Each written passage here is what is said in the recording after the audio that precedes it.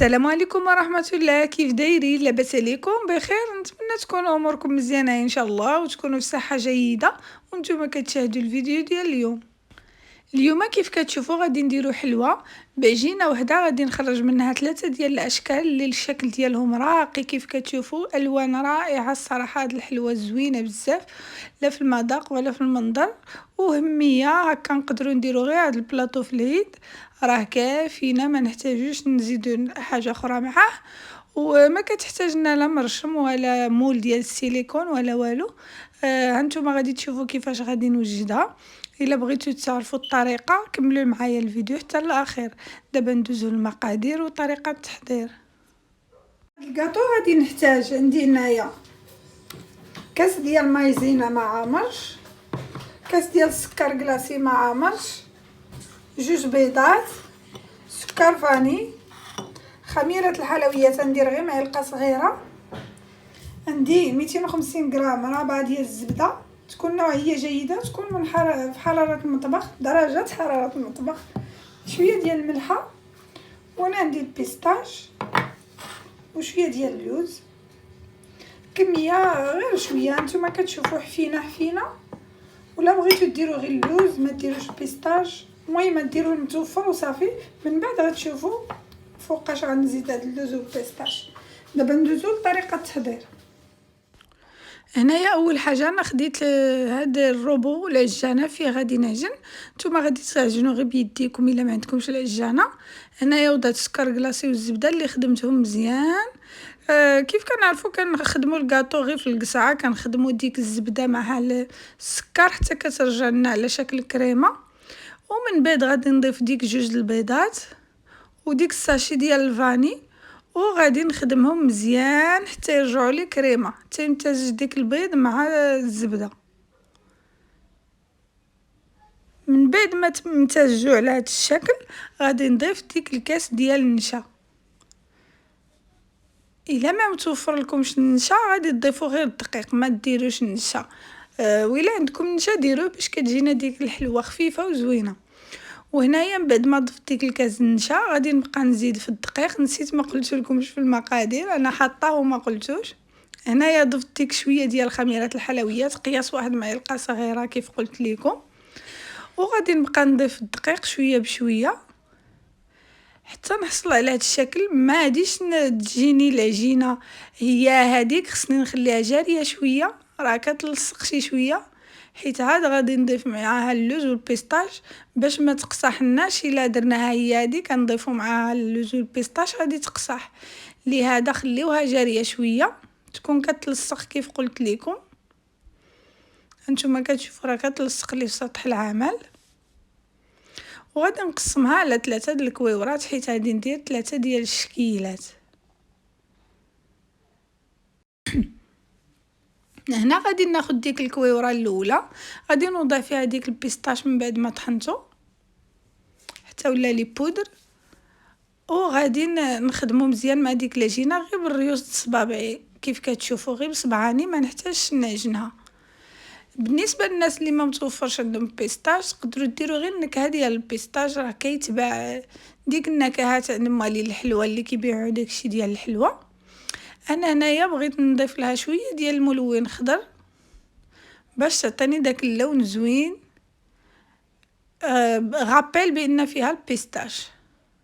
حتى هاد الملون راه موجود في المغرب كيتباع كيف قلت لكم، تقدروا ديروا غير نكهه البيستاش وديروا شويه ديال الملون. غادي نخدمها مزيان حتى يدخل فيها ديك الملون، وغير بصبعاني كنخدمها صافي. غادي نكورها وغادي نوضعها في واحد البلاستيك غذائي باش ما تنشف لياش العجينه. غادي ناخذ الكره الثانيه غادي نوضع فيها اللوز حتى هو من بعد ما طحنته، وغادي نخدمو معاها مزيان غير بصبعاني كيف كتشوفوا.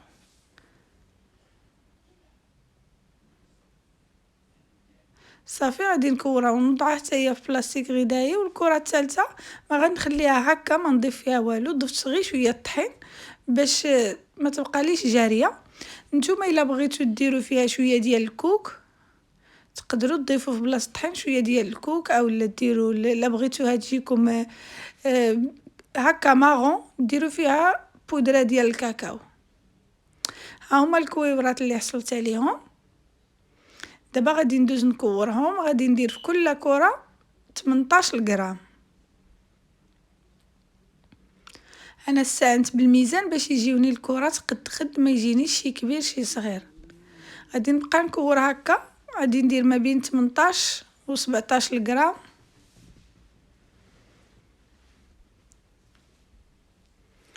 وفاش نكورهم ما نبسطهم ما والو، كي نكورها نحطها هكاك في اللاطه ديال الفران ونبعدهم شويه باش مني ندخلهم يطيبوا ما يلصقوليش. انا من بعد ما ساليت العجينه ديال اللي فيها البيستاج غادي ندوز للعجينه العاديه ونكورها حتى هي. هنا من بعد ما كورتهم غتاخذوا واحد بحال انا خديت هذا الفوي ولا الطراب به. غادي ندير ديك التقبه في الوسط. اي حاجه راه متواجد في المنزل هكا شي حاجه باش تصنعوا ديك التقبه في الوسط، غير هي تكون كبيبره شويه تقبه ما تكونش صغيره. وغادي نبقى نصنع ديك التقيبات في وسط العجين. كنضغط عليه ما نضغطش بزاف، غير شويه على هذا الشكل. وغادي نسخن الفران على 180 درجه وغادي ندخلهم يطيبوا من التحت. من بعد غادي نشعلهم من الفوق. من بعد ما طابوا هذا هو الشكل ديالهم. ما خصهمش يتحمروا لي، خصهم يبقاو بويضين باش كيجيونا زوينين في المنظر. دابا من بعد ما طابت الحلوى غادي ندوز نصايب الشوكولاط باش غادي نزين. هنا خديت الشوكولاط الابيض سخنته انا ذوبته في الميكرووند. تقدروا ديروه في بماغي حمام مريم.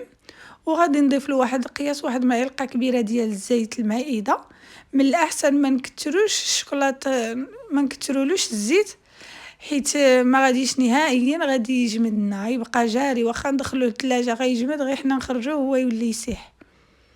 لهذا ديروا كميه قليله. انا درتها غير باش تعطيني داك اللمعه في الشوكولاط. وغادي نعمر ديك التقيبات بالشوكولاط. وهنايا غادي نزين من الفوق بالبيستاش. كيف قلت لكم الا ما عندكمش بيستاش غتاخذوا اللوز مهرمش تقليوه تهرمشوه وتزيدوا معاه شويه الملون خضر وتزوقوا به. هانتوما كتشوفوا الشكل ديالها الصراحه كيجي راقي بزاف. وديك الشكلاط اللي بقى لي غادي نضيف له شويه ديال الملون غوز اولا وردي. انا زدفت راه موجود الملونات كنقولها ونعاودها في المغرب. حتى الا ما لقيتوش الغوز غديروه احمر. من كديروه مع البيض راه كيعطيكم داك اللون وردي. صافي غادي نعمر حتى هما ديك الكاطو ديالي غنعمرو بهذا الشوكولاط في الغوز.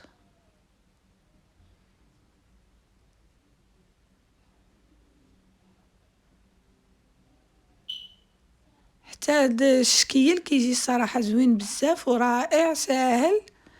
كيف شفتوا ما عندناش بزاف المكونات وغادي نصايبوا بلاطو ديال الحلوى جد راقي. اللي شافوا غادي يقول كيفاش صايبتوا هاد الحلوى هادي.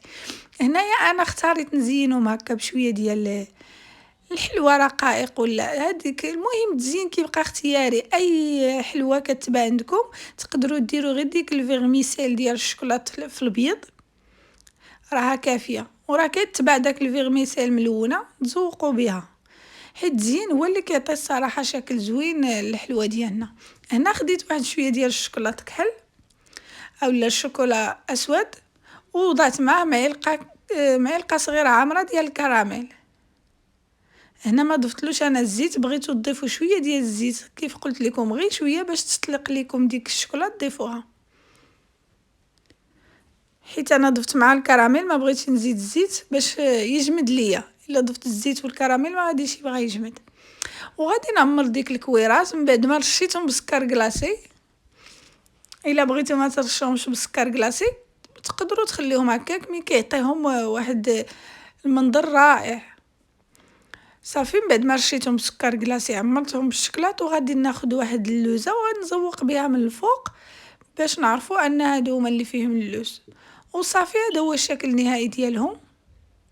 كيجيو زوينين بزاف لا في المذاق ولا في المنظر. الصراحه الشكل رائع وما غاديش تلقاوه في اليوتيوب، هذا راه حصري عندي في القناة ديالي. وشكيلات زويونين وراقيين وكيحمروا الوجه. وكيف قلت لكم لا ما بغيتوش ديروا نوع اخر ديروا غير هاد البلاطو راه كافي. ونتمنى الصراحه تجربوا هاد الكاطو، هذا راه ساهل بزاف. كي شفتوا راه ما فيهش بزاف ديال التماره، غير خص شويه ديال الملونات باش كتعطينا ديك الالوان الزوينه. وانتم وجدتوا بلاطو جد راقي. وهنايا كيسالي الفيديو ديال اليوم، ونتمنى تعجبكم وصفه اليوم ويعجبكم هذا الكاطو اللي وجدت لكم. وإلا عجبكم خليو لي كومونتير قولوا لي كيفاش جاكم، وإلا جربتوه ردوا عليا الخبر وديروا جيم لا فيديو. تبقاو على خير، نهاركم مبروك، بالسلامه عليكم.